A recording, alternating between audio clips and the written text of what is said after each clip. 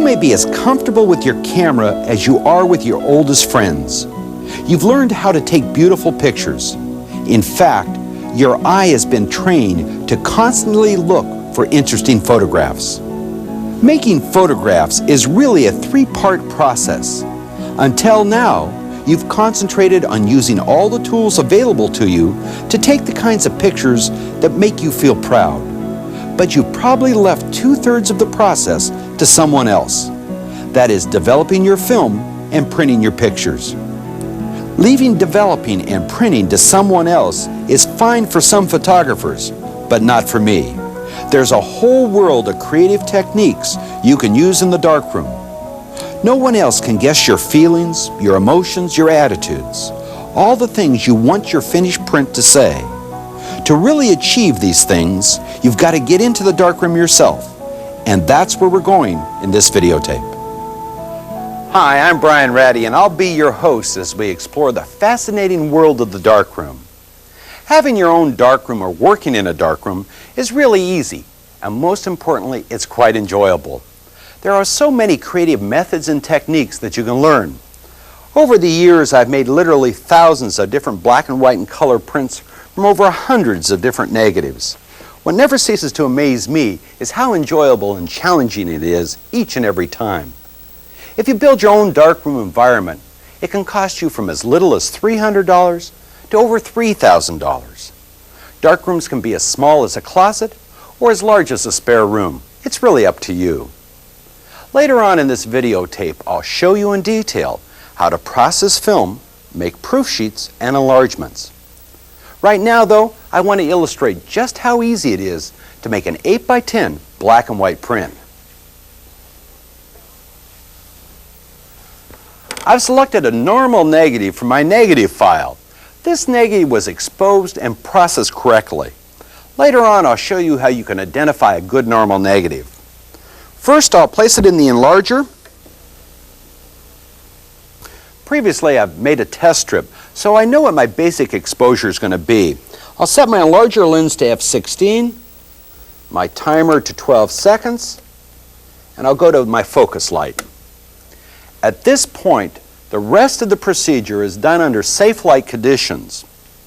First, I want to check my focus. Looks good and sharp to me.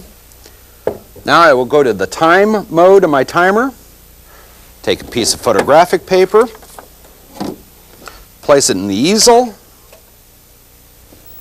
let the enlarger settle down, and make my print. First, I'll take my exposed paper and submerge it in a solution called a developer. I will develop my print through the recommended time, rocking the tray back and forth. When the print is fully developed, I'll remove it from the developer and submerge it in the stop bath solution. The stop bath solution will stop the developing process, and it only takes a few seconds. Then I'll remove the print from the stop bath solution and place it in a solution called a fixer.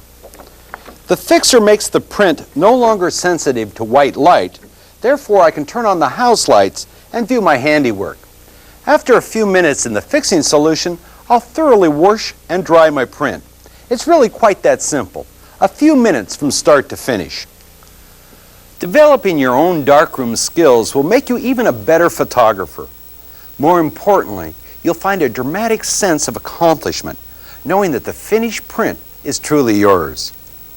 To really get the most out of this videotape, I suggest that you watch each chapter in its entirety.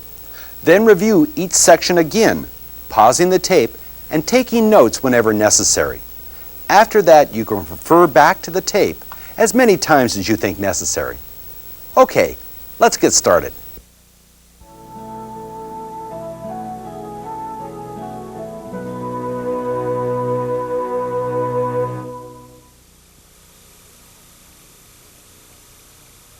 When you take a moment to really study the photographic work of the truly great photographers, you'll find how they use the black and white medium to its fullest.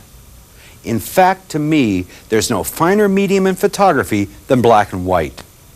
A few years ago, most photographers had lost interest in the medium, but today there is a resurgence taking place. Black and white is just plain magic. There are 3 steps to processing black and white photographs. The first step is to develop the film, which will give you the negative you will use to make your print. Next, you'll make a contact print from your negative. The contact print has several purposes. It is used to check the quality of your negatives, as well as to help you select which negative you actually want to print. You will also use the contact print to determine other factors, such as cropping and exposure. The third step is to make the enlargement, which is the final photograph as you want it to be seen. As soon as light enters your camera through the shutter, a photograph is recorded on film. At this point, it's called a latent image, because although it's there, it cannot be seen until the chemicals on the film meet another chemical, the developer. The developer turns portions of the film's emulsion to metallic silver in shades of black, gray, and clear, depending on the amount of light recorded on the film. After a certain amount of time, the development process is stopped by immersing the film in a solution called stop bath. As its name implies, this chemical stops the action of the developer. It also rinses the developer off the film so it does not contaminate the next chemical to be used. The final chemical used is fixer. This is a solution that makes the image permanent by washing away any remaining silver halides, those light-sensitive salts used in the emulsions. The fixer also contains a hardening agent to toughen the processed emulsion. Water is then used to wash away the fixer, and the film is hung up to dry. The image which now appears on the film will be preserved. When you look at the processed film, you'll see that the dark areas of the image are white or clear, while the light areas of the scene are black. That's why this is called a negative. You will undoubtedly also find infinite shades of gray.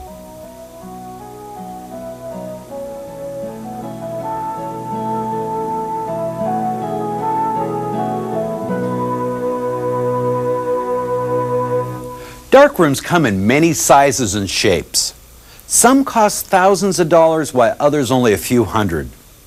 In the early days of photography, darkrooms were tents that were carried on location. Today, a darkroom can be as small as a spare closet. The only prerequisite to a darkroom is just as the name implies, a room that can be made totally dark. Let's talk about your darkroom layout. If you aren't lucky enough to have an extra room in your home that can be completely converted into a permanent darkroom, don't despair. There is still probably some part of your home in which you can improvise a darkroom. If you have a second bathroom or live alone and don't mind the inconvenience of obstructing the main one, this is an ideal place to improvise a darkroom. Bathrooms have ample electrical power supplies, running water, and are usually fairly simple to make dark. An added attraction of this kind of darkroom is that the bathrooms are usually equipped with some form of ventilation. For many of the same reasons, kitchens can also make adequate improvised darkrooms. There are a couple of extra concerns though. For instance, the kitchen is often a very high traffic area, so it may be a little inconvenient. There are often more windows and doors in a kitchen, so it may be difficult to make it light tight. Access to running water is ideal, but not critical in an improvised darkroom. By the time film or prints need to be washed, they can be exposed to normal room light. So you don't have to have running water. You can carry them from one room to the other for the final wash. For this reason, you may be able to create a darkroom in a walk-in style closet. Since closets are typically quite small, a closet darkroom will take some careful planning. I want to take a moment and talk about cleanliness. There is nothing more telling of amateur photographic work than having dirty prints made from dirty negatives. This all starts in a dirty darkroom. Dust, dirt, and smoke are all enemies to your darkroom. Be neat, clean, and tidy, and your work will look much more professional. You should not allow smoking in your darkroom, and you should vacuum rather than dust with a brush. Anytime you clean the room thoroughly, you should wait a while before working with negatives and prints, so the dust you stirred up has a chance to settle. Improvising a darkroom in a room that serves a second purpose suits some photographers quite well. Although if you have an adequate spare room, you'll probably prefer to build a permanent darkroom. Again, the room must be able to be light tight, should have proper ventilation, and should be able to be kept at a reasonable temperature. You are now ready to look at the layout of your room. There are many ways to design your darkroom, but you should keep in mind two important considerations. The first consideration is the positioning of the wet side and the dry side. The wet side is the area where your chemicals are kept and used. Your sink will be located on the wet side. In other words, all the parts of the darkroom process, which happen with wet film or prints, are done on the wet side. The dry side will have your enlarger, your photographic paper, your files, and all your equipment for cropping, retouching, and mounting. It is extremely important that your tools on the dry side stay dry. Ideally, the wet side and the dry side will be found on two completely separate benches. Choosing the right equipment for your darkroom is important in your success. Purchasing your equipment from a specialized photographic dealer is always your best decision. Equipment especially designed for the darkroom will give you the best results. You'll need a good quality safe light. The most critical aspect of a safe light is that there's no danger of the light from it fogging your print paper, yet still giving you enough light to see by. The best safe lights have a flat filter so that their light is fairly directional. The light should be positioned so that it is not directly into your eyes. And your safe light should be operated by a pull string so that it can be turned on and off with wet hands. The most important and probably the most expensive piece of equipment in your darkroom will be the enlarger. Although the design of different enlargers can vary slightly, all enlargers perform the same basic function. They project an image onto a piece of light-sensitive paper to produce a print. Every enlarger has a light source, some way to direct the light, a carrier that holds the negative in place, and a lens to focus the image. All these elements are combined into a unit called the enlarger head. The enlarger head is mounted on a column so that it can be moved up and down to change the size of the image. The rigid column is mounted on a baseboard. This gives it stability and gives you a surface where you can place the photographic paper onto the enlarging easel. There are two different enlarger systems used to provide an even amount of light across the surface of the negative. These are the condenser system and the diffuser system. The size of the image you can project with your enlarger depends not only on the distance from the enlarger head to the baseboard, but also on the focal length of the enlarger lens. The negative carrier must perform several functions.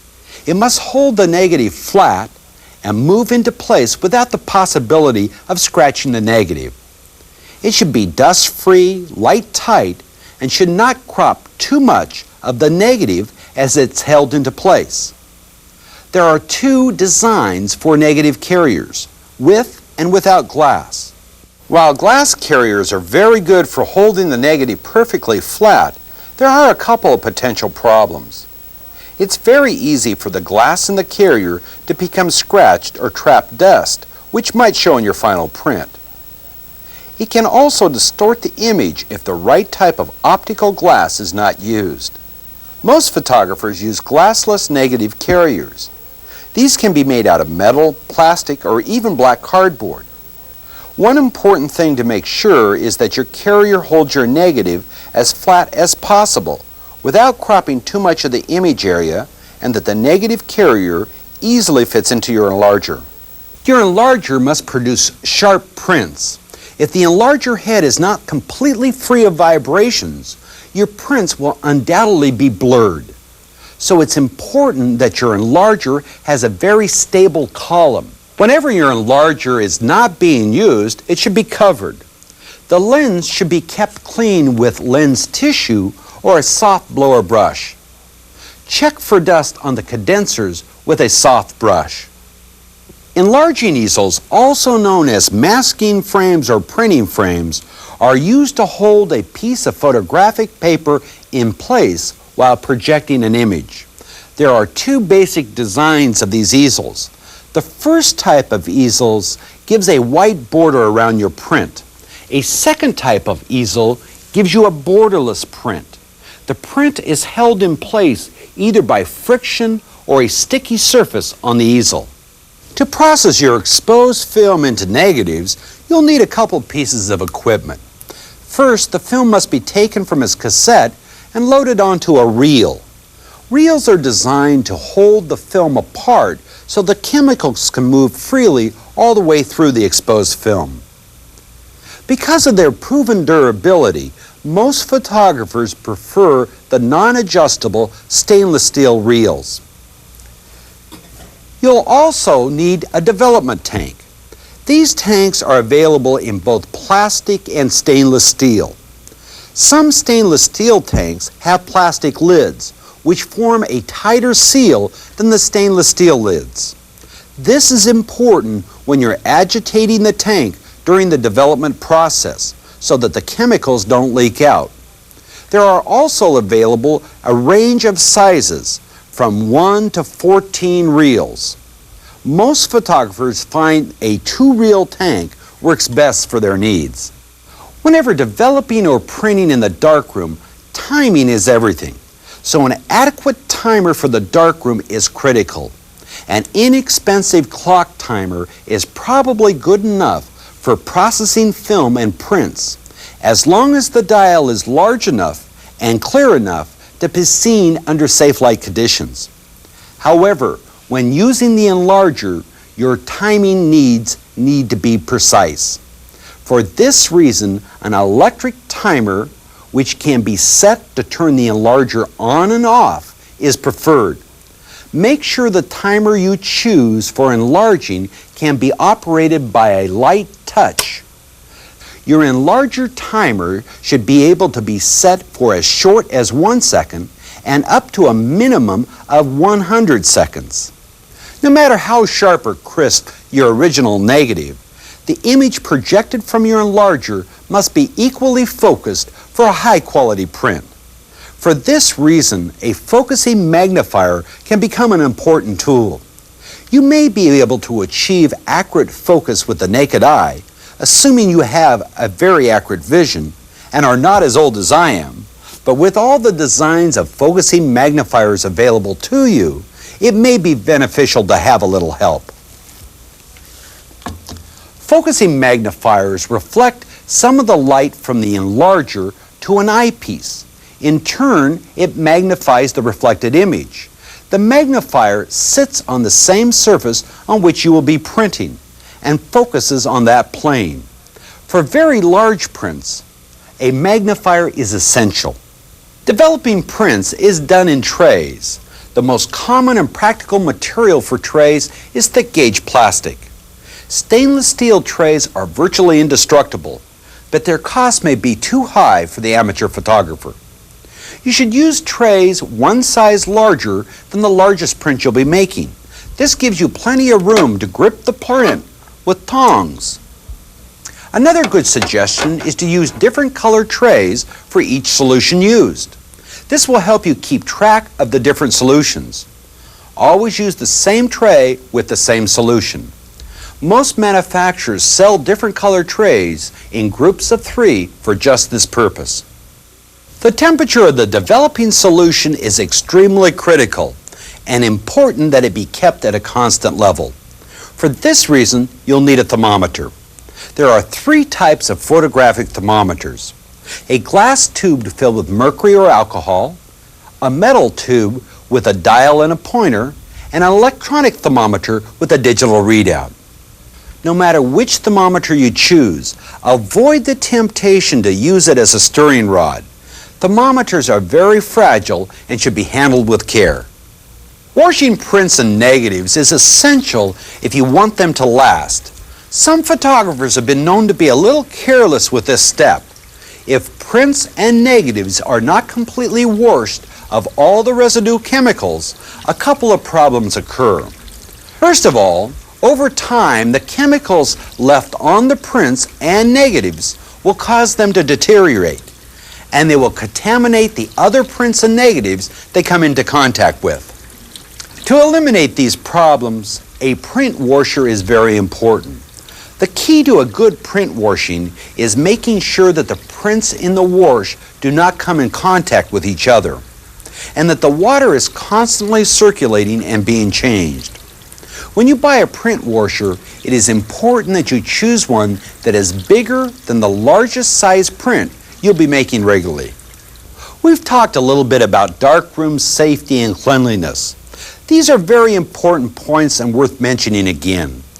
The essential requirement of your darkroom's electrical systems are that it is grounded and the load on the circuits must not exceed the capacity of the wiring.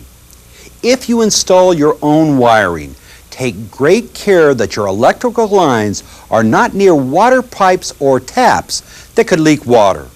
Whenever you're in the darkroom and you're getting ready to go to work in the dark, take a look around the room to make sure it's safe.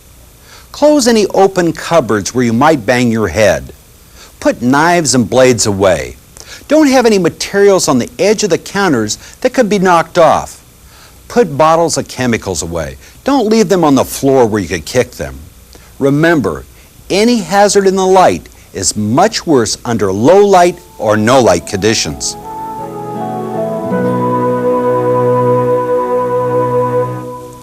Let's look now at the actual chemicals you'll be using in black and white film developing and print processing. Photographic chemicals can be purchased in two forms, powdered or liquid. Most chemicals must be mixed with water in order to be used. After initially mixing the chemicals with water, your chemicals are either stock solutions or working strength solutions. It is very important that you learn the difference. There are two other terms you should become familiar with in using your chemicals. They are the one-shot developer and the replenishment developer. Your film package will show you the different development times, whether you use the developer diluted or undiluted. Most photographers choose to dilute the developer with water, then discard it after use. This is called one-shot. Using the developer undiluted means you can return it to the bottle after use. But you'll have to keep a record of the number of rolls of film developed, and you'll have to use a separate solution to replenish the developer. Without replenishment, undiluted developer will lose its strength and give you bad results. Chemicals at working strength don't last very long. Some last a month, but others only are good for as little as 1 day in an open tray. Since you can reuse your working strength stop bath and fixer, it's important to pour them back in the bottle after use. Stop bath stored in a container has an indefinite shelf life. Left in a tray, stop bath will go bad in a day. Working strength fixer will last 2 months in a full container, 1 month in a half full container, but only 1 week in an open tray. Working strength developer will only last a month, but film developer at stock strength will be good for 3 to 6 months, depending on whether or not the container is full. Working strength paper developer is only good for 1 day, while at stock strength it will be good for 2 to 6 months. For this reason, you can see that it's important not only to mix only as much strength developer as you're going to use at any one time, but it's also very important to date the chemicals when you mix them to stock strength. When mixing chemicals, water temperature is very important, so you'll need your thermometer handy. You'll also need a stirring rod, rubber gloves, plastic funnel, mixing jugs for each chemical, and a graduated measuring cylinder, and of course your storage container. When mixing chemicals, always add the chemical to the water, not the other way around. This is very important, especially with chemicals that contain acids. Before you get started, make sure that you have thoroughly washed the containers and measuring utensils. You can use ordinary household detergent to clean them, but nothing stronger. Measure the correct amount of water into a graduated measuring cylinder, just slightly larger than the finished solution. Check the water temperature. Add hot or cold water to bring it to correct temperature. Next, pour the correct amount of chemicals into the water and stir until it's dissolved. If you're using powdered chemicals, add the contents of each package in specific order according to the directions. Stir the solution gently at all times, waiting until each chemical is completely dissolved before adding the next. If you're not using the solution immediately, pour the contents into a storage container. Place the funnel in the neck of the container and slowly pour the solution in. Since oxygen has a reaction with chemicals and shortens their shelf life, try to fill the container to the top. Close the lid tightly. Label the bottle using a waterproof marker. You can either write directly on the bottle or on a piece of adhesive tape. Remember to thoroughly wash your utensils after every use. Never reuse the same utensils to mix another chemical without thoroughly washing. Use funnels whenever you want to pour chemicals from one container to another to avoid splashing. Drip trays under chemical containers will protect against chemical spills. With all your chemicals mixed, you're ready to develop some film. The first step is to load your exposed film onto a reel.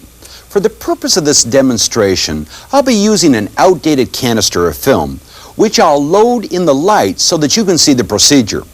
This is a good way for you to practice too, but remember, film loading is always done in complete darkness.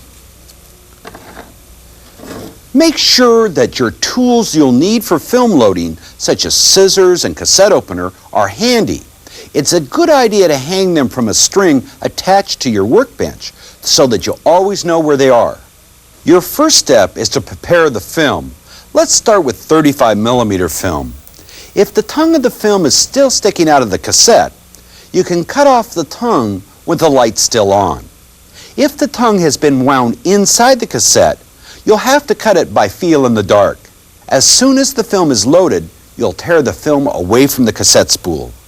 To use a metal reel, hold the film in one hand and the reel in the other. At the center of the reel, you'll find a sort of clip. Keep the film slightly bowed and slip the film into the clip. Clips on metal reels will vary slightly from manufacturer to manufacturer, so make sure you know how to insert the film before you go into total darkness. Next, keeping a slight bow in the film, hold the edges of the film with your thumb and forefinger and rotate the reel away from the film with your other hand. As the edges of the film are released, the film will slot into the reel tracks, which keeps the surface of the film apart. One trick that I do is to run my forefinger around the film after it's been loaded to check for any buckles. With your film completely wound onto the reel, you will now insert the reel into your film development tank and screw on the light-tight lid. Using your piece of outdated film, it's a good idea to try loading your reel several times in the light. Then, still using your test film, load it in the dark. Turn on the lights and see how you did. It may take a few attempts to get the feel for it, but better that you do it wrong with test film than with those important shots you've already taken. With the film loaded into the tank, you can now safely turn on the house lights to process the film. First, prepare the chemicals you'll use. Make sure they're ready to go in the correct amounts. Check the temperatures carefully. It's a good idea to put all 3 beakers of chemicals in a tub of water at 68 degrees. This is called a water bath and will help you maintain accurate processing temperatures. Make sure the chemicals are kept in the order they are to be used: developer, stop bath, and fix, to avoid confusion during processing. Remove the watertight lid on the top of the development tank and pour in the developer. Pour the solution quickly but with an even flow to avoid air bubbles. As soon as the developer is in the tank, turn the timer on, replace the lid, and give a firm rap on the bench. This will dislodge any air bubbles that may have settled on the film. Do this every time a solution is added. During the development process, you will agitate the tank according to the instructions on the particular developing solution you've purchased. This will ensure that fresh developer reaches all parts of the film. You may be instructed to invert the tank, rock it from side to side, or twist. The instructions with the developer you use will also tell you how long to agitate the tank. It will probably be constant agitation through the first 30 seconds, and then 5 seconds or more for every 30 seconds. When you are not agitating the tank, place it in the water bath to maintain development temperature. When the timer rings, remove the cap and pour the developer into the sink if you're using a one-shot developer. If you're using an undiluted developer, pour it back into the bottle. Now immediately add the stop bath solution. Remember to wrap the tank on the bench again to loosen any air bubbles. Agitate the tank for 30 seconds and then let it sit for 15 seconds. When the time is up, use a clean funnel to pour the stop bath solution back into its container. Stop bath can be reused until it changes color. Pour the fixer into the tank and set your timer. Agitate constantly for the first 30 seconds, then agitate for 5 seconds each minute until the timer rings.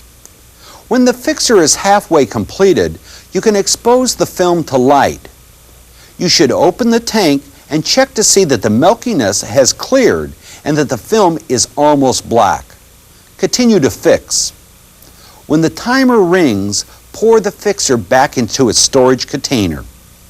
The final step is to wash the film. You'll be using water directly from the tap, but it's important not to shock the film with very cold water. Check that the water is warm before adding it to the tank. Take the hose attached to the water faucet. When the water reaches the correct temperature, push the end of the hose down into the tank in the center of the reel. Let the water rinse for the recommended time.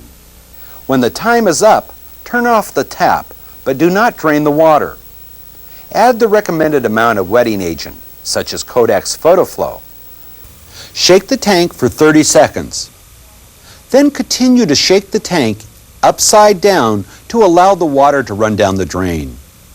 Take the reel of film from the tank and attach a film clip to the end. Carefully unroll the film from the reel. Hang the film clip from a drying line.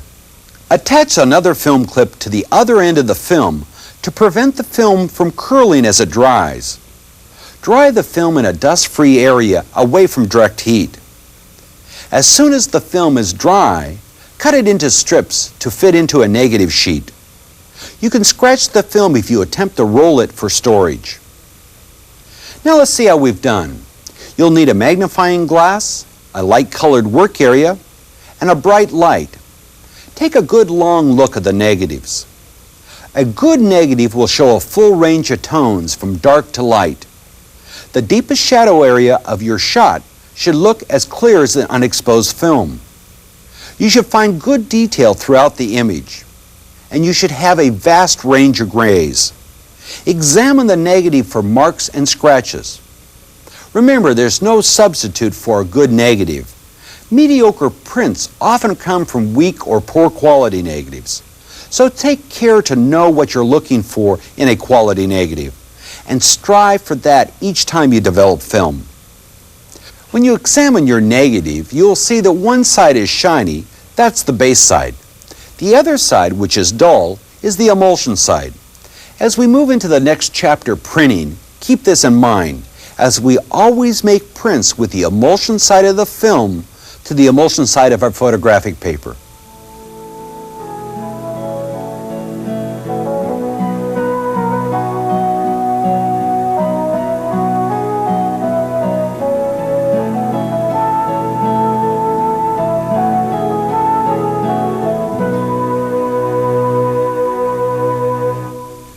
As you've already learned, black and white processing is a fairly simple procedure.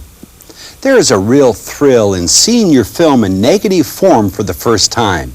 But believe me, it's nothing compared to actually seeing a print of your work appearing in a tray of chemicals. You can examine the negative image for hours, but there still may be things that you're unsure of until you see the image in positive form. Instead of leaping ahead and making an 11 by 14 enlargement, you'll want to make a contact proof of your negatives to see exactly what you got to work with. Contact proofs are made by placing the negatives on a light-sensitive photographic paper and exposing the paper to light. Again, you'll have a latent image, and a three-step process must be performed to make the final image. The paper is first immersed in a developer. This developer is different than the chemicals used to develop the negative. The paper is then placed in a stop bath, then a fixer, and finally washed thoroughly to remove all the chemicals and hung up to dry. You will now see a positive image on your contact sheet in black, white, and shades of gray. To make a full-size photographic print, an enlarger is used. Enlargers project the negative image in almost any size onto a piece of photographic paper. The exact process and chemicals used to make your contact sheet are used in developing your enlarged prints. Although making a contact proof involves a process similar to film development, you'll need a different set of equipment and a different kind of developer. Print developer is a completely different solution than film developer. Follow the ratio instructions on the developer and mix it to stock solution. You'll also need working strength stop bath and fixer. Both of these chemicals are the same as you've used for film processing, but usually the fixer is diluted to a 1:2 ratio. The rest of the wet side equipment for print developing includes 3 trays, each of a different color for each solution, print tongs, a stirring rod, a thermometer, a print washer, a squeegee, and a timer. On the dry side, you'll need your negatives, lens cleaning tissue, a piece of black cardboard, printing paper, scissors, a contact printing frame or a piece of heavy glass, safe light, and your enlarger, lens, and timer.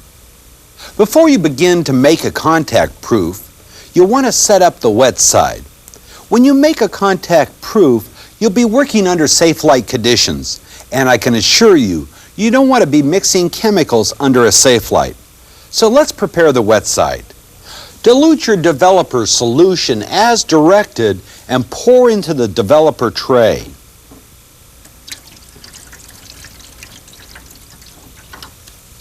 Pour working strength stop bath into your stop bath tray. And working strength fixer into your fix tray. Place your washing tray in or next to the sink. Check the temperature of the developer. 68 degrees is the normal temperature. Check the temperature once again just before you're ready to develop the print and adjust it if necessary. Wash your hands completely after you've set up the wet side. And be sure they are thoroughly dry before you begin your work on the dry side.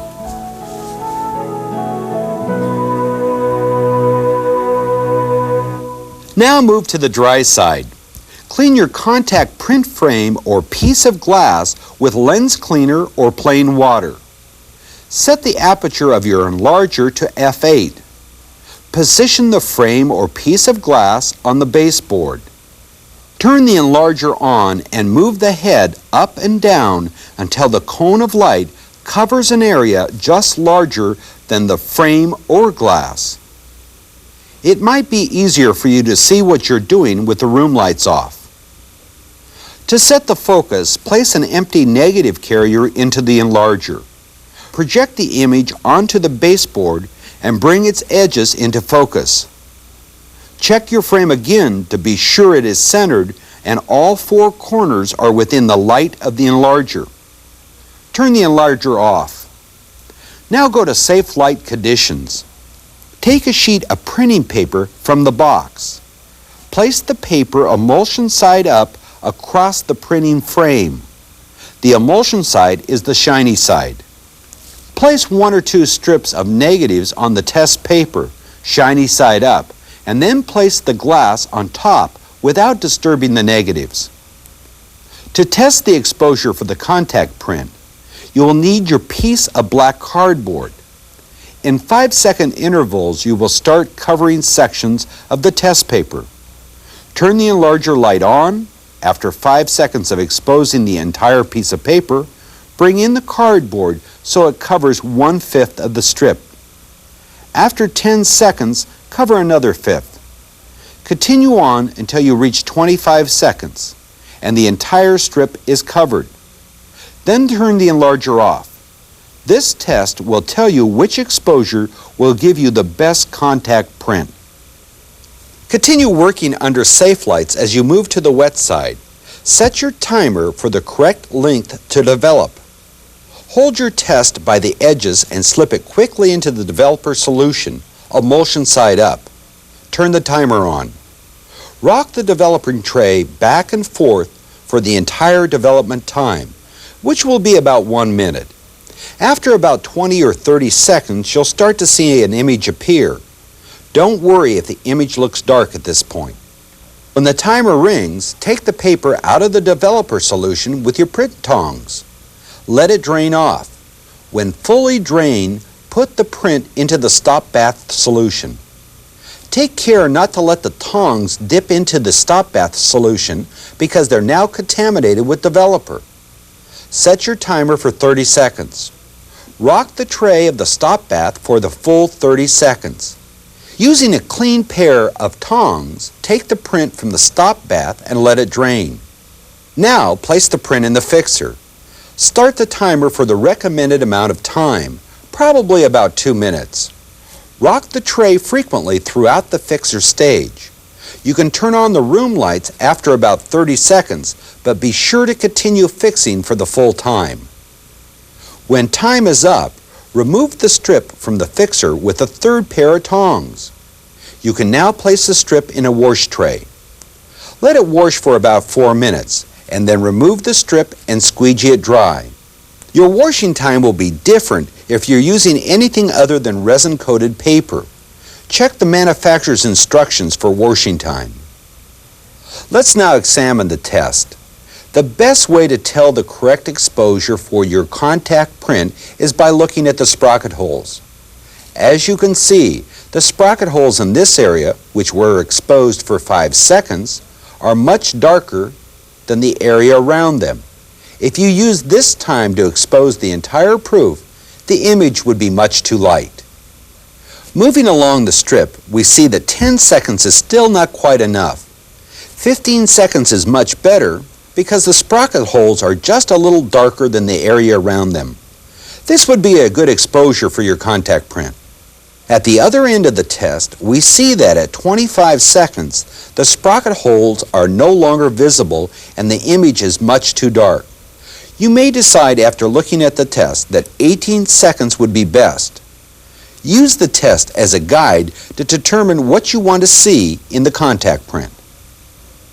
Now wash your tongs, clean up your spills, dry your hands, and get ready to start all over again.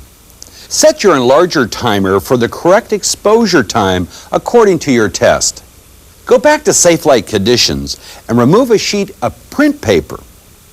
Place it in your proof frame if that's what you're using. If not, place it directly on the baseboard. Arrange the negatives in order, shiny side up, on a piece of photographic paper with its shiny side up.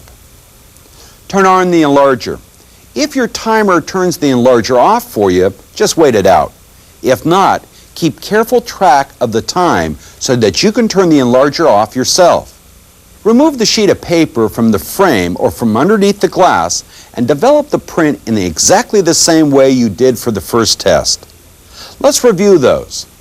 The first step is the developer. You will leave the paper in the developer for about 1 minute, agitating the tray the entire time. Next, you'll place the print in the stop bath. Rock the tray for a full 30 seconds your print's in the stop bath. Move the print into the fixer tray and rock the tray frequently throughout the fixing stage. Wash the print for about 4 minutes, then squeegee the water off and allow the print to dry.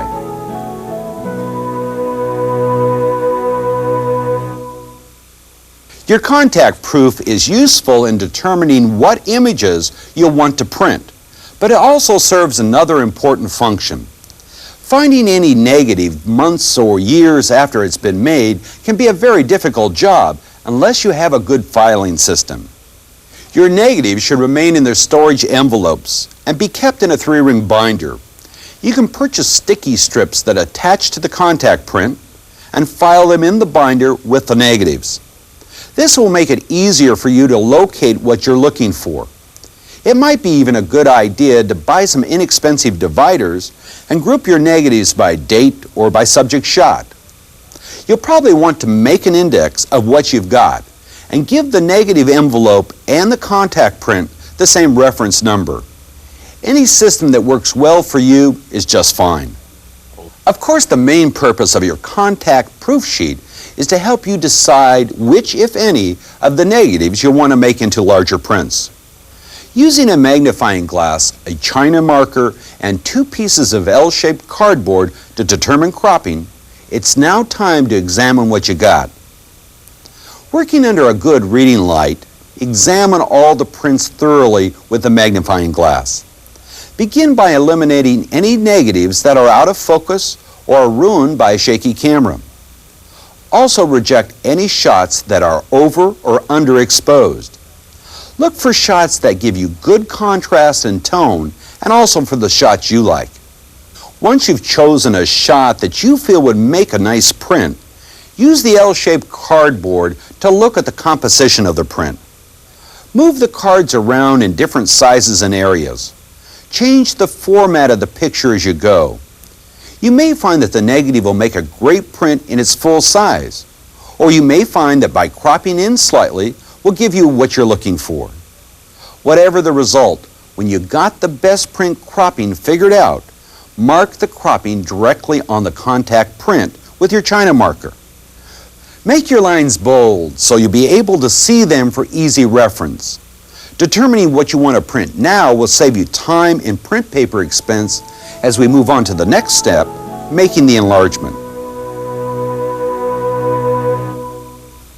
Let's stop for a moment and talk a little bit about the types of photographic paper you can choose from to make your print. There are basically 2 types of paper available. The conventional type of paper, which has been used for many years, is fiber-based paper. Many photographers prefer this paper because of the wide variety of surfaces and tonal qualities. Recently, however, the paper of choice for many professional photographers and amateurs is called RC paper. This stands for resin-coated paper. The resin layers act as a barrier to keep chemicals from seeping deep into the paper base. The contrast of your print can be changed by changing the contrast of the paper you used. Graded papers are available in different contrast grades, from 0 to 5. The higher the number, the more contrast in the paper. Normal negatives usually work best when printed on grade 2 paper. However, you have to buy a full box of each grade to give yourself a full range of contrast options. The way around this is to purchase variable contrast paper. Variable contrast paper gives you a full range of contrast options in a single box of photographic paper. You'll also need a set of variable contrast filters to use along with the paper. The filters are designed in half-grade increments, 1, 1.5, 2, 2.5, and so on, up to 5. Paper is also available in a wide range of sizes, from 4 by 5 inches to 16 by 20 inches or larger. You'll probably find that you will initially need a box of 8 by 10 inch paper. This will work well for your contact prints as well as your first enlargements. I will be using an 8 by 10 sheet of grade 2 fiber-based paper for my enlargement. The equipment you'll need to make an enlargement is mostly the same as what you used for your contact print. In fact, your wet side will be identical. Prepare the chemicals in the same way you did for the contact print. Make sure everything is in its proper order and everything you don't need is safely put away. Wash your tongs and your stirring rod, and finally wash your hands and dry them completely. Now move to the dry side. This time, instead of your contact print frame or a piece of glass, you'll need your printing easel. You'll also need a soft brush to clean the negatives, tissue to clean the enlarger lens, and your focusing magnifier. You will usually focus and compose your print with the enlarger lens fully open to give you as much light as possible to see what you're doing. But you'll want to stop down just before you actually make your print. Unfortunately, I can't give you an exact method to figure out your correct f-stop. It's more something you'll learn over time. As you already know, with a smaller f-stop, less light will reach the print. If the negative you're using is very dense, or the image size you're making is very large, like an 11 by 14 inch print, you may want to keep the f-stop fairly open, say f5.6. A smaller enlargement or a very thin negative might work best at f11 or even f16. For a typical 8 by 10 print with a normal negative, you'll probably want to choose a mid-range f-stop, say f8. Some photographers choose to keep the f-stop standard and change the exposure time for any given print, and that's fine too. With some time in the darkroom, you'll learn what works best for you. Here's my strip with the negative I want to print, but before I put the strip into the negative carrier, I want to clean the negative. Any dust that is sitting on the film should be brushed away with a soft brush. A blower brush works very nicely for this purpose. Remember that the emulsion side is the dull side. Insert the negative, emulsion side down, into the carrier. Take one last look for any dust or dirt you might have missed. Place the carrier into the enlarger. Set your print easel to the size of print you'll be making, in our case an 8 by 10. Place the easel on the baseboard of your enlarger. Take a final look around the darkroom for anything that needs to be put away, because you're now going to be in safe light conditions. When you're ready, switch off the room light and turn on the safe light. Switch on the enlarger. With the lens fully open, compose the image according to the cropping you decided on your contact print. By moving your easel to the correct position and moving the enlarger head up and down until the image is in the right size.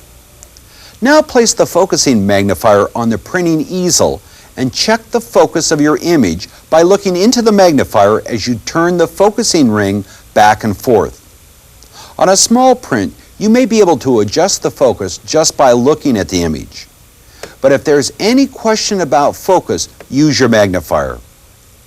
When you're sure you've found the correct focus, stop the enlarger lens down to your selected f-stop and switch the enlarger off.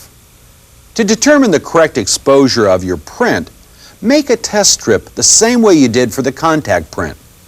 Place this test strip on the print easel and cover each fifth after 5 seconds exposure. After you've developed the test strip, you may want to even become more accurate with your timing. Say that you've determined that 15 seconds is not quite enough, but 20 is too much. Expose another test strip, but this time leave the entire piece exposed for 16 seconds. Then gradually cover the strip with a black card at 1 second intervals. This will give you a range of exposures at 16, 17, 18, 19, and 20 seconds. This new test strip will tell you exactly what the right exposure should be. If every exposure on your first test strip looks too light or too dark, open or close the lens accordingly and test again. I can tell from my test strip that 17 seconds is the exposure I want to use for my print. So now I'm ready to make the actual enlargement. Under the safe light, with the enlarger off, place a piece of photographic paper, emulsion side up, into the print easel. Move the red filter over the enlarging lens and switch the enlarger on to make sure that everything is correct with the positioning of your print. Now turn the enlarger off. Wait a few seconds and then move the safe filter away from the enlarger lens. Set the timer on your enlarger for the correct exposure time. In our case, 17 seconds is the correct exposure time. Now wait several seconds to let any vibrations you may have caused in the enlarger head have a chance to settle down. Switch on the enlarger and expose the print for the correct amount of time. Developing your print is exactly the same as you did for your contact print. Let's quickly review the process. Slip your print into the developer and rock the tray for the entire development time. Using tongs, move your print from the developer into the stop bath. Rock the tray of stop bath for a full 30 seconds. Now with a new pair of tongs, lift the paper from the stop bath. Place the print into the fixer and rock it constantly at first. Then for 5 seconds each minute through the rest of the fixing process. With a third pair of tongs, now move the print into the wash and allow it to wash the amount of time as indicated by the manufacturer's instructions. When the print is fully washed, remove the print from the wash and allow it to drain. Place the print, image side up, on a smooth, clean surface. Tilt it down so that it will drain into the sink. Now take a squeegee and with a light, even stroke, move the squeegee down the surface of the print to drain off the excess water. RC paper tends to dry best face up on a drying screen or blotter. Fiber-based papers tend to curl towards the emulsion side, so it's best to dry them image side down to reduce the curl. Also, RC papers will normally dry flat on their own, but fiber-based papers need a weight, like a book, set on top of them to remain flat while drying. Or with fiber-based papers, you may elect to use an electric type dryer. Now take a look at your handiwork. You'll probably feel very proud of yourself.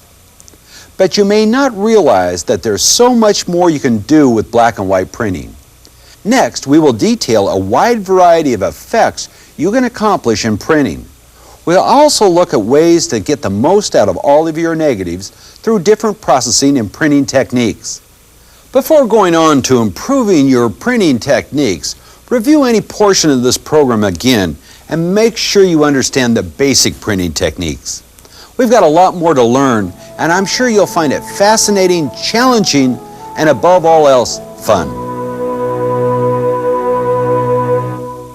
Understanding the basics of black and white darkroom techniques is important because it's a process, a step-by-step method, which is something you'll just have to learn and perfect. In straightforward processing and printing, there aren't too many ways to change what you're doing. Now that you've learned the basic techniques and you've hopefully had a chance to actually perform the process yourself, it's time to move on. And believe me, this is where the fun really starts. There will be times when straight printing will not give you the best results, and when a few creative techniques will turn a good print into a great one. There are so many things you can do to change your print, more than we can possibly cover in this videotape. So what I'd like to do is give you some ideas and examples of advanced black and white techniques and start you thinking about ways to creatively improve your darkroom skills. Once you've evaluated your print and decided what you can do to alter it to make it a more pleasing product, you're ready to try some darkroom special effects. Let's start with dodging and burning. You'll need some special tools for this process. You can buy these tools at any photographic store, or they can be easily made in the darkroom. Dodging works by holding back light in certain areas of the print to allow that part of the print to be lighter. How light or how dark that area of the image ends up depends entirely on how long you dodge the print.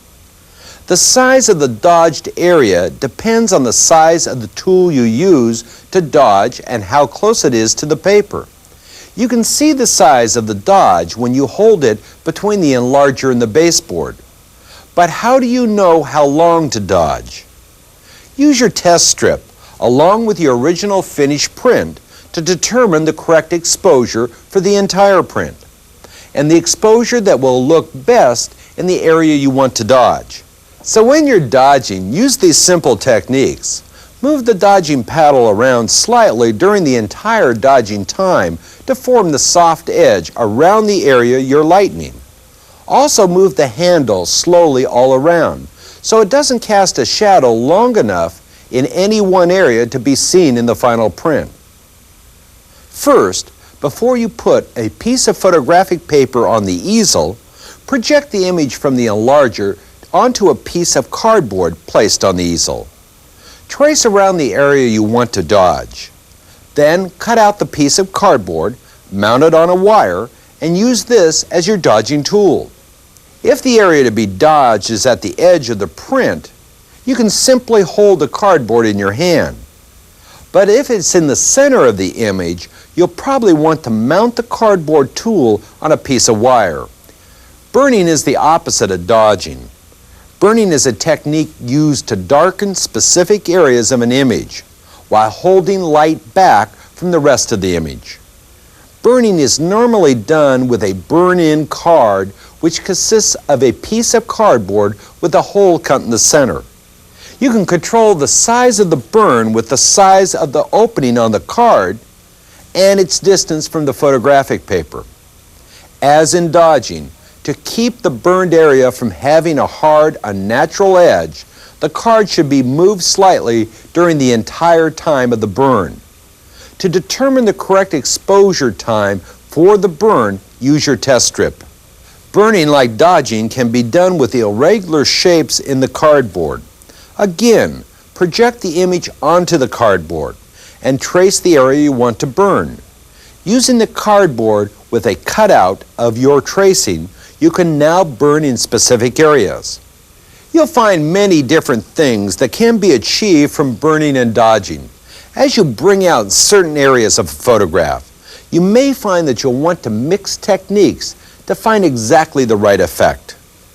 The techniques of burning and dodging are used to an even greater extent in another special darkroom effect called vignetting. In this effect, only the center part of the image is printed, and the final image seems to fade to white or black around the edges. Here's an example of a vignetted print. In addition to using vignetting to create a mood, it is also a useful technique for eliminating distracting elements from around the main subject of the image. To make a vignette with a white background, you begin with a piece of cardboard with an oval cut out in the center. But instead of exposing all the print and then burning in the area that needs more exposure, you begin the exposure with the card in place and keep it there throughout. Move the card slightly during the exposure, which will soften the edges. Let's face facts. No matter how careful you are, no matter how controlled and clean your darkroom is, no matter how many times you've done this before, occasionally things don't turn out quite right. You need to learn from your mistakes, but in order to do that, you've got to understand what your mistakes are. First, let's look at the negative itself. A normal negative shows a good range of contrast and tones. You'll find many different shades of gray, and there will be strong light and dark areas. The emulsion should be clean of marks and scratches, and you shouldn't find any fogging or streaking on the film. If your negative shows anything different than these conditions, you've got a problem. Instead of just throwing the negative in the waste bin, Examine the negative to find out what went wrong. You need to learn how to tell the difference between exposure problems and development problems. The easiest way to tell if the problems in a negative are exposure or development is to look at the edge markings. If your negatives show poor contrast or detail, or looks thin or weak, examine the edge markings. If the edges appear normal, your problem is underexposure, and you'll just have to learn to adjust for that when you're shooting. However, if the negative looks soft with very little contrast and the edge markings look pale and weak too, your problem is probably underdevelopment. Check to see that you follow the time and temperature instructions for your development solution. Developer cannot work effectively at temperatures lower than 68 degrees, so always be careful. Also check the dilution and the age of the developer. There are similar differences between overexposed negatives and overdeveloped ones. The key symptom is again the edge markings. If you discover that your film was overdeveloped, you must be careful to leave the developer in the tank for the exact amount of time, then pour the stop bath in immediately. Exposure versus development problems with prints are not quite so easy to identify, but you can easily tell that something isn't right and adjust your process to achieve a better print. There's not too much excuse for exposure problems in your print, as long as you are religious about making test strips. You should make a test strip each time you are making a print. However, if your exposure time is already very short or very long, you should try opening or closing the lens one stop and making the test strip again. If you are absolutely certain that you've used the correct exposure time and your print still looks too light or too dark, the problem is probably over or under development. Remember, if your developer is the wrong temperature, your development time will not be correct. Keeping careful watch over the development temperature and time will result in consistently better prints. Besides exposure problems in negatives and prints, you will probably, through the course of time, experience other negative and print faults. There are other problems that can occur with your film. For the most part, keeping careful track of development times, chemical ages, and chemical temperatures will eliminate problems. But you must also maintain good, clean darkroom methods and never take anything for granted. Strict, controlled techniques will produce the best possible quality levels. You will also encounter print faults from time to time. In addition to exposure problems, as we've already discussed, you may come across a variety of other problems. Let's take a look at a few of these now. White marks on your print, especially marks that look like fingerprints, are caused by contamination of the paper by the fixer. Don't touch any paper unless your hands are clean. If you have to touch the fixer, remember to wash and dry your hands thoroughly before touching anything else. Of course, it's best not to touch the fixer at all. That's why tongs are such an important tool in your darkroom. If you're having focusing problems in only part of your image, your negative may not be laying flat in the carrier. A glass carrier can solve most of these problems. Make certain that your negative is not getting too hot, as too much heat can cause it to warp in the middle and bring it out of focus. To arrive at a good quality finished print, there's just no substitute for a good negative. There's a lot to remember at first, but after a while the things that seem difficult will become routine. Remember to look for things that make a negative good. A full range of tones. Shadows and borders are free from fogging. Good detail in the shadows and highlights. A clean, unmarked, even appearance in the emulsion. A good print is usually judged by a couple of points. The grain of the negative is sharp and crisp throughout the entire image, and the print has a full range of tones. You should find in the print the blackest black your paper is capable of printing, as well as the purest white.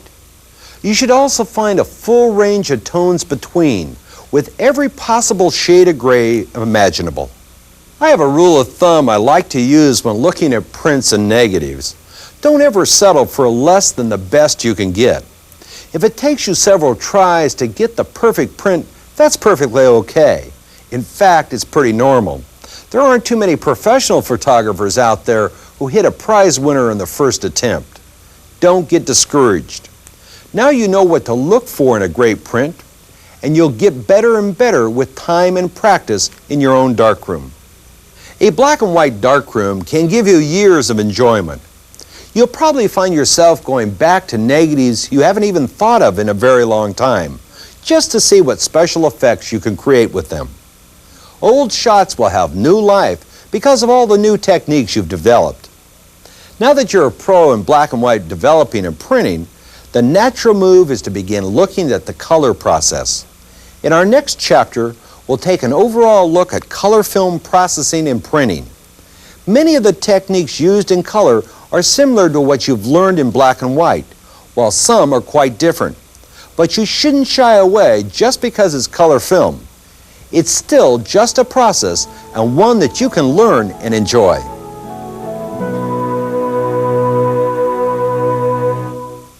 You now have a good general understanding of darkroom techniques for black and white processing and printing. As we move into the world of color, you'll be pleased to learn that the equipment you need for processing color is essentially the same. The process used for developing color film is similar, using different chemicals, and in some cases a few more steps. The major difference between color and black and white come in the printing stages. Before we jump into the color darkroom, let's talk a little bit about color film. There are two types of color film: color negative film and color positive or slide film. Both types of film have 3 layers of emulsions. Each layer is sensitive to certain primary colors. The first layer on the film base is sensitive to red, the second layer to green, and the top layer to blue. All colors of the spectrum are created by combinations of these 3 primary colors. Images recorded on these layers of emulsion appear as complementary colors. A red subject will appear as cyan on the red sensitive layer. On the green sensitive layer, green subjects appear to be magenta. A blue subject will appear on the blue sensitive layer as yellow. On color negative film, you will see the complementary color when the film is developed. In other words, you'll see the colors opposite to those of the original image. Color positive slide film goes through an additional step in processing that reverses the colors back to their primaries, so that when you look at the color slide, you see the true colors as they appeared when the subject was photographed.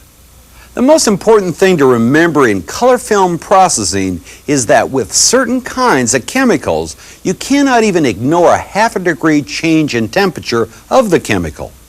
And you have to include the time it takes to pour a chemical out of the development tank into that chemical's timing. Color film is much more sensitive than black and white, so timings and temperatures must be absolutely accurate. We'll begin by examining the process of developing color negative film. Color negative film is a little easier to develop than color slide film because it involves fewer steps and chemicals. Although the equipment is essentially the same as for black and white, there are a couple of points you should know. First of all, a lot of photographers prefer using a plastic tank for color film processing. I personally still use my stainless steel tank and my plastic lid. Another possible equipment change is your thermometer. A thermometer that was good enough for black and white chemistry may not be sufficient for color, since there's not as much room for leeway in temperatures for color processing. You should really use a mercury thermometer because of its extreme accuracy. If you do a great deal of color work, it's a good idea to invest in a tempering unit to ensure color temperature control. At the very least, you'll want to use a water bath to control the temperatures of your chemicals before and during use. Obviously, if you can afford it, you should use completely different containers for your color and black and white chemicals. Color chemicals are very strong and they can easily contaminate the containers you use for black and white. If you must use the same containers, you need to take the time to thoroughly wash each piece of equipment. Here's a list of the equipment you'll need for processing color films. A film processing tank and reel, a graduate for measuring chemicals, a tray for the water bath, a precision thermometer, funnels, scissors, a film canister opener such as a bottle opener, film clips, and rubber gloves. An additional piece of equipment that is not really essential but would really make your life easier is a tray warmer. You will put your water bath tray on the warmer to control the temperature of the water in the bath. If you do not use a tray warmer, you will need to constantly check the temperature of the bath and add more hot water as the temperature falls. Color negative processing chemicals come in kits, such as Kodak's C41 process, Bestler's CN2, or Unicolor K2. Some independent manufacturers also market C41 kits. The majority of color negative films, such as Kodak, Fuji, Konica, and some Agfa films can be processed with these chemicals. Developing color negative film involves from 3 to 8 steps, depending on the processing kit you use. We'll be using the Bestler CN2 chemicals, using a 3-step process. Obviously, it's very important to read and understand the instructions that come with the particular kit you use. In the Bestler CN2 process, you'll find that the chemicals must be kept at a high working temperature, 75 degrees, 86 degrees, or 100 degrees. Therefore, the water bath is an important part of the processing. The higher the temperature, the shorter the development time. So timing is critical. The CN2 kit provides chemicals in liquid form. Other kits include chemicals in powder, liquid, or a combination of the two. No matter what kit you choose, mix your chemicals carefully according to the directions. Some of the chemicals will be mixed in parts. You must mix each part thoroughly before you add the next, and never add more than one chemical part at a time. Always wear rubber gloves when mixing color chemicals and when processing film or prints. The film is loaded on the reel in exactly the same way you learned to load black and white film. Make sure that you keep your fingers off the film's emulsion. Remember, anything you had to be careful of in black and white processing is even more important in color processing because of the film sensitivity. In step 1 of the CN2 process, you will agitate the tank for the first 15 seconds, and then once every 15 seconds thereafter. The length of time from step 1 will range from 16 minutes down to 3 minutes 15 seconds, depending on the temperature you're using. Follow the same agitation process for step 2. Again, checking the timing according to your temperature settings. Next, you'll wash the film, using water at the same temperature as your chemicals. It's best to use running water at this stage, but you can also change the water every 30 seconds while constantly agitating the tank. Step 3, the final step, takes 1 minute no matter which temperature you're using. You'll agitate the tank during the first 15 seconds only.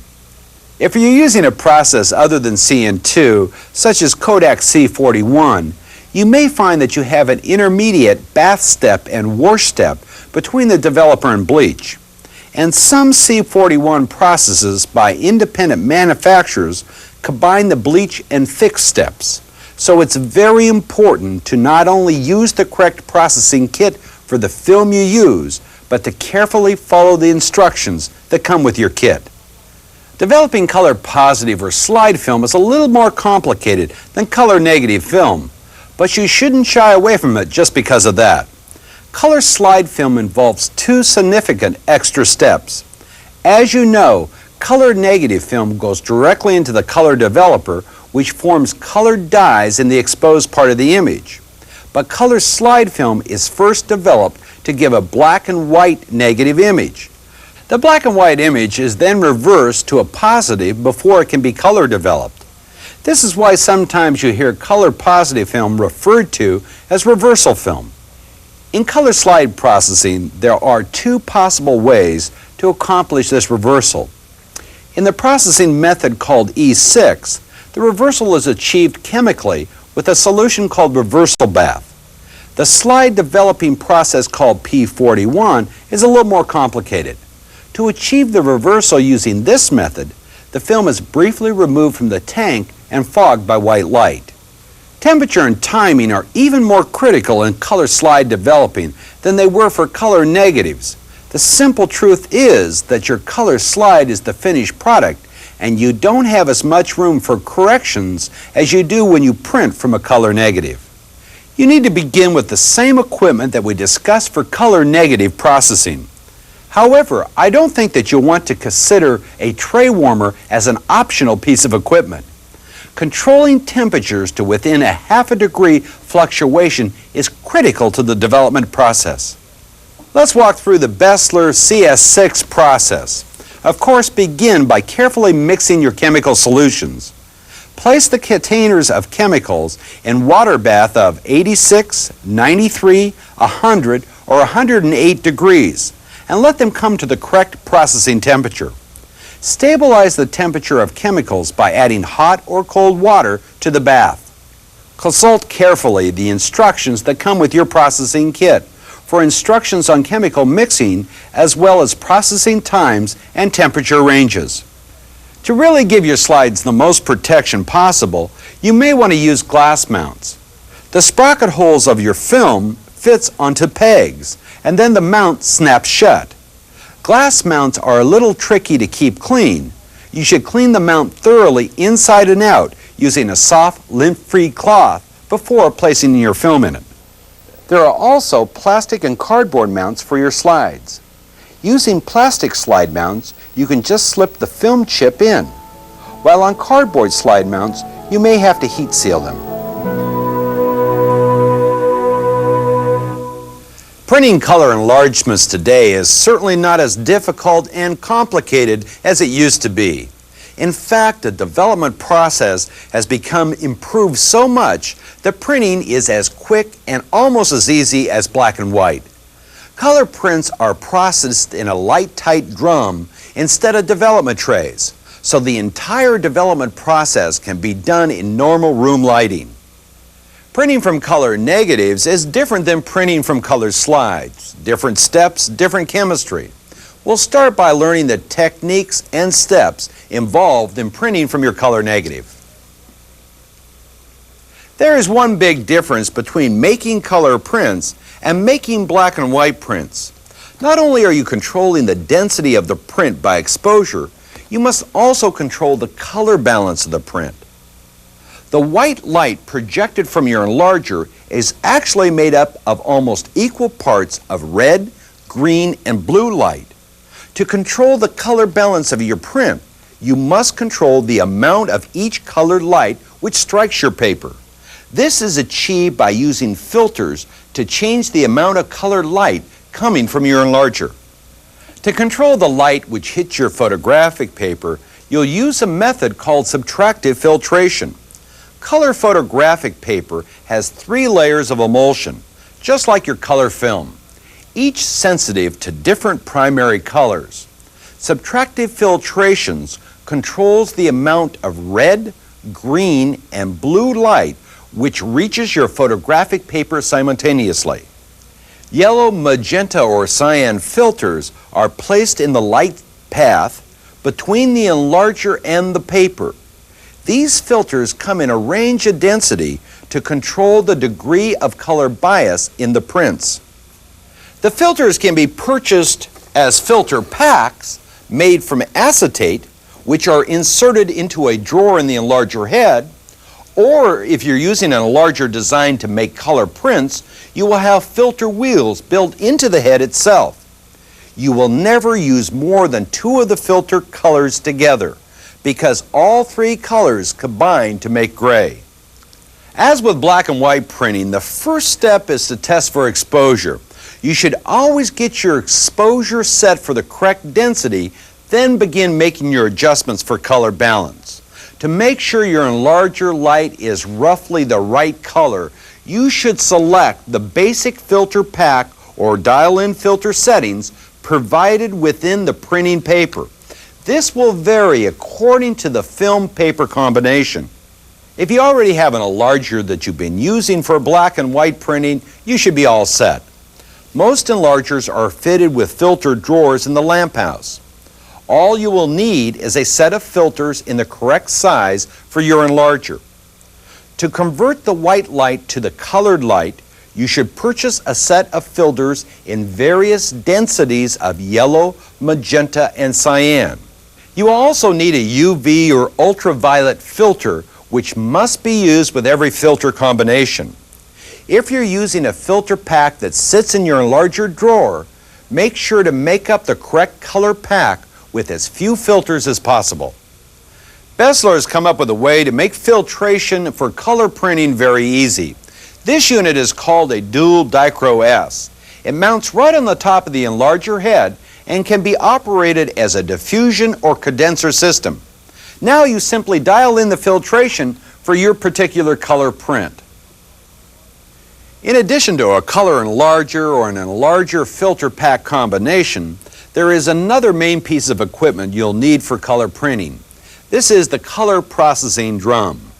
These are available in different sizes, and as an initial investment, you should purchase a drum no larger than the biggest prints you'll normally make.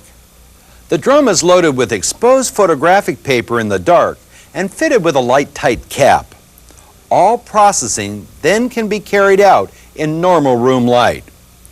You will agitate the drum by rolling it back and forth on your countertop, or you can purchase a motorized unit which will do the agitation for you.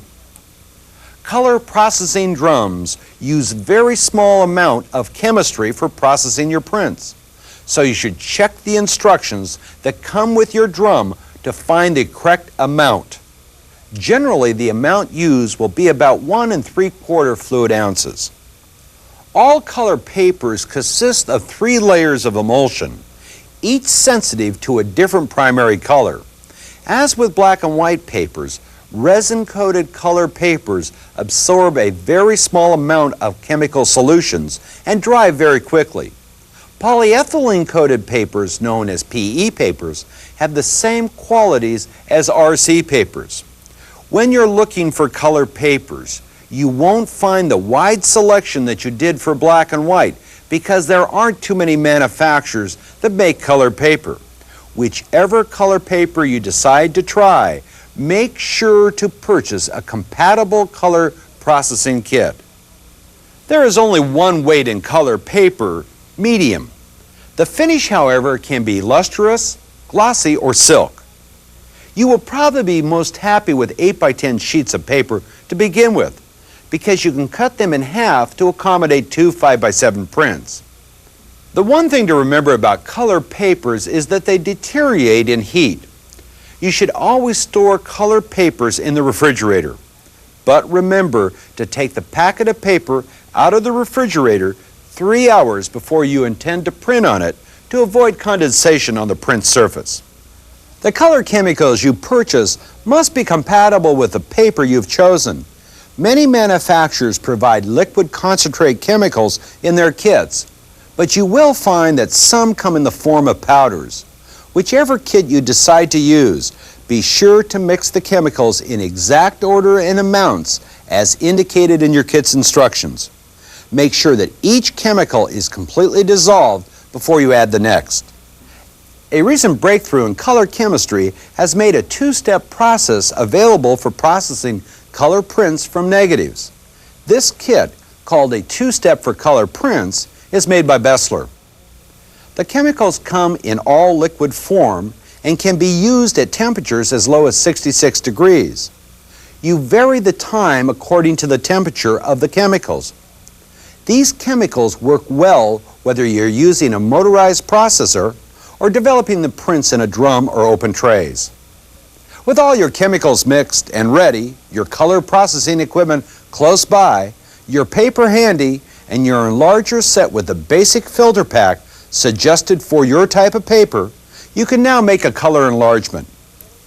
Begin by dusting your chosen negative and placing it in the negative carrier, emulsion side down, that's shiny side up. A special note here, if you don't have a safe light that's specially designed for color printing, you'll perform the rest of the steps in total darkness.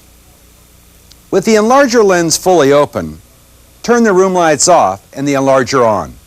Focus the image on your baseboard in the normal manner. When the image is focused, close down to F11 and switch off the enlarger. In total darkness, place a sheet of print paper in your printing easel. Make a test strip of exposures in the same way you did for black and white printing. Cover a fifth of the card every 5 seconds, up to a total of 25 seconds. Turn the enlarger off. There's another way of making a test print that will save you time and effort in determining the correct exposure and filtration. This is called the Bessler Universal Calculator. It's inexpensive and allows you to determine the correct exposure and filtration with a single test print. If you're using a color processing drum, take your piece of paper and give it a gentle curve. Load it into the processing drum with the emulsion side facing inward. Seal the drum tightly. Before you turn on room lights, check to make sure that there's no unexposed printing paper laying out. Switch on the room lights. Now you're ready to process your test print. We will develop our test print using the two-step liquid chemicals by Bessler. You will pour step 1 chemicals and agitate the drum according to the temperature and times you're using. This step will take from 1 to 10 minutes. Step 2 follows in the same manner and will take 1 to 3 minutes depending on the temperature. You will finish up with a water wash, which will take from 3 to 5 minutes. Let's now examine the test print. We can see that the correct exposure time is between 15 and 20 seconds. But we can also see that the color is not quite right. It's very rare that the starting filtration gives a perfect color balance. Usually the first test print has a slight cast. So the next step is to find what adjustments will eliminate the incorrect color cast. This means making another test print, this time giving a range of filter combinations or settings rather than exposure times. Here's a rule of thumb that you can use to correct for color bias. Add filters of the same color as the bias or remove filters of the complementary color. For example, if your test print shows a strong cyan bias, you may want to try adding about 20 units of cyan to the filtration. Your next step is to make a variety of filter packs or settings and test some different color combinations to correct the final print. As with so many darkroom procedures, color correction requires trial and error. But after some practice, you can get to where you can very closely judge the necessary color correction on the first attempt. Color prints can also be made from slides. It used to be that color slides had to be made into a negative image before they can be enlarged onto a color print. This step was called an inner negative. Now it's just as easy to print the slide directly onto color photographic paper. There are several advantages to printing a slide instead of a negative. First of all, since you're printing from a positive image, you have a great reference image to check the color and exposure of your final print.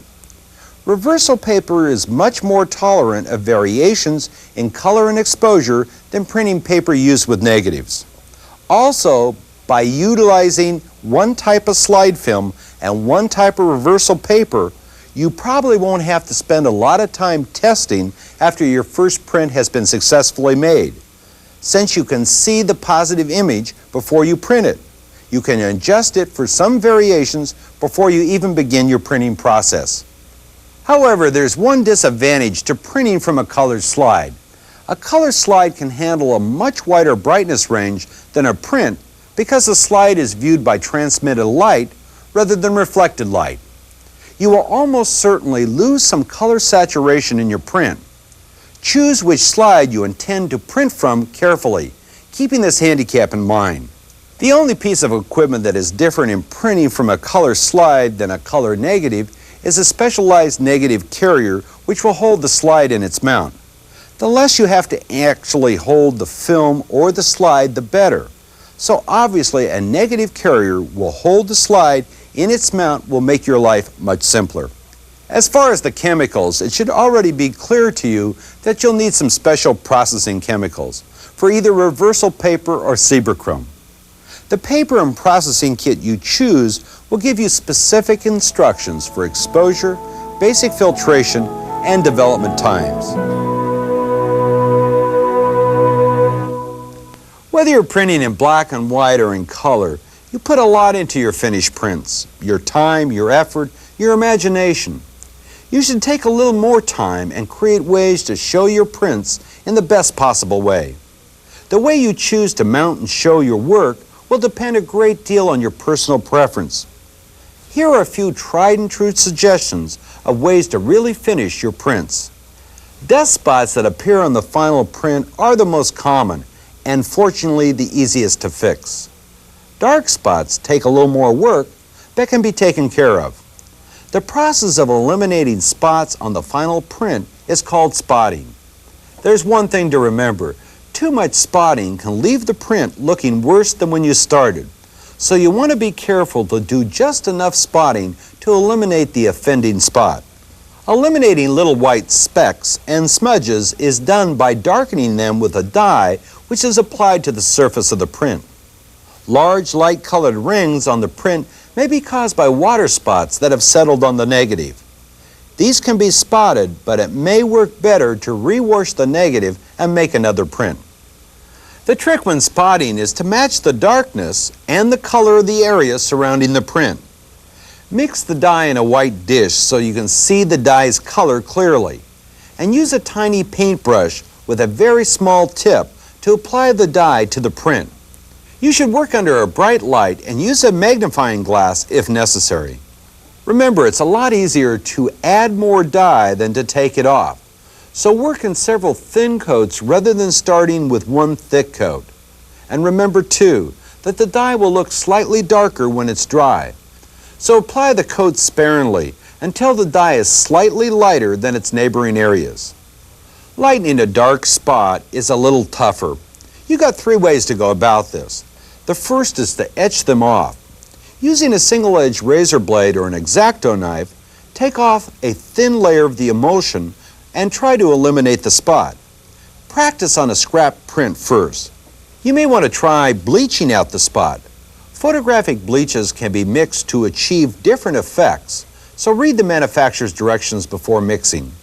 Choosing the way you want to mount your finished print depends a great deal on the style of photograph and where you're going to display it. There are several ways to mount your finished print that will give you a very nice finished look. You may find that time seems to fly past when you're in the darkroom. You'll miss meals and phone calls, but you'll love every second of it. As you make more and more prints, you'll learn new systems and new effects that we haven't even discussed here. That's because darkroom techniques are as unique as the person who's performing them. And each photograph you make will be as individual as your fingerprint. Don't be afraid to experiment in your darkroom. It's the only way you'll learn. Display your prints proudly, knowing from start to finish they're completely yours. Most of all, have fun. Your darkroom should be a place where you can learn new methods while expressing your creativity. I'm Brian Ratty. Enjoy your darkroom.